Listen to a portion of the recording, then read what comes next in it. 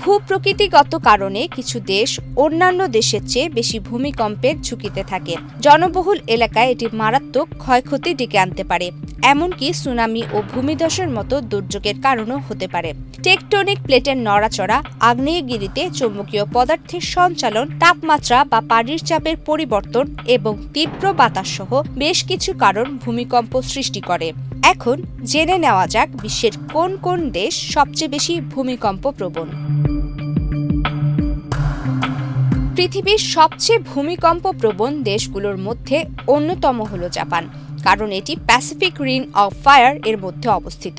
একমাত্র smart city Bashundhara, আধুনিকতায় এক ধাপ এগিয়ে, যা ভূমিকম্পের দিক থেকে অত্যন্ত সক্রিয় একটি অঞ্চল। এই পরিস্থিতি মোকাবেলা করতে দেশটি উন্নত সেন্সর প্রযুক্তি তৈরি করেছে, যা ক্ষুদ্রতম কম্পন শনাক্ত করতেও সক্ষম। দেশ জুড়ে 1000টির বেশি সিসমোমিটার বসানো আছে। যদিও বেশিরভাগ ভূকম্পনই মৃদু, তবে মাঝে মাঝে বড় ধরনের কম্পনও ঘটে, যা জীবনহানি বা ক্ষয়ক্ষতির কারণ হতে পারে।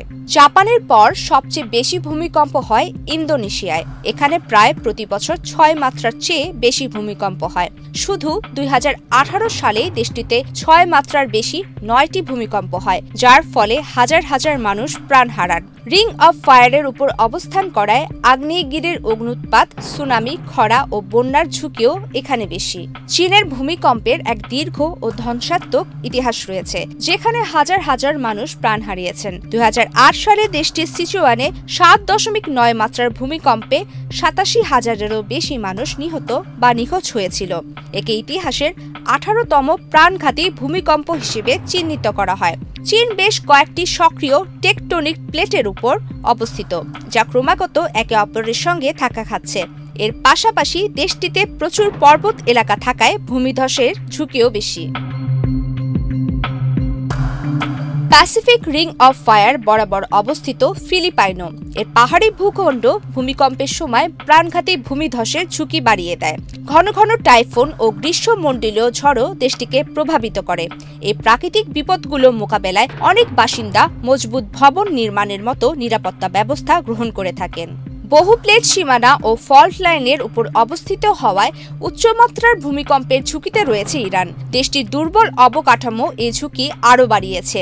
1990 সালে ইরানের গিলান প্রদেশের এক ভয়াবহ ভূমিকম্পে 40,000-এরও বেশি মানুষ মারা যান। ইউরেশীয় প্লেট এবং আফ্রিকা ও আরবীয় প্লেটের মাঝখানে অবস্থিত তুরস্ক, অর্থাৎ কয়েকটি প্রধান ফল্ট লাইনের কাছাকাছি থাকায় দেশটিতে ঘন ঘন ভূমিকম্প হয়। 2023 সালে তুরস্কে এক ভূমিকম্পে 60,000 মানুষ মারা যায়। রিং অফ ফায়ারের কেন্দ্রে অবস্থিত পেরুতে প্রায় ছোট ছোট কম্পনের পাশাপাশি মাঝারি ও বড় ভূমিকম্পও হয়। এই ভূমিকম্পগুলো ভবন ও অবকাঠামোর ব্যাপক ক্ষতি করতে পারে এবং জীবন বিপন্ন করতে পারে। এই ঝুঁকি মোকাবেলায় পেরু দেশব্যাপী ভূমিকম্প মহড়ার আয়োজন করে থাকে। অনেকের ধারণা যুক্তরাষ্ট্র ভূমিকম্প প্রবণ নয়। বাস্তবে দেশটির পশ্চিমা অঞ্চলের উপর দিয়ে সান আন্দ্রেয়াস ও নিউ মাদ্রিদ সহ কয়েকটি সক্রিয় ফল্ট লাইন চলে গেছে।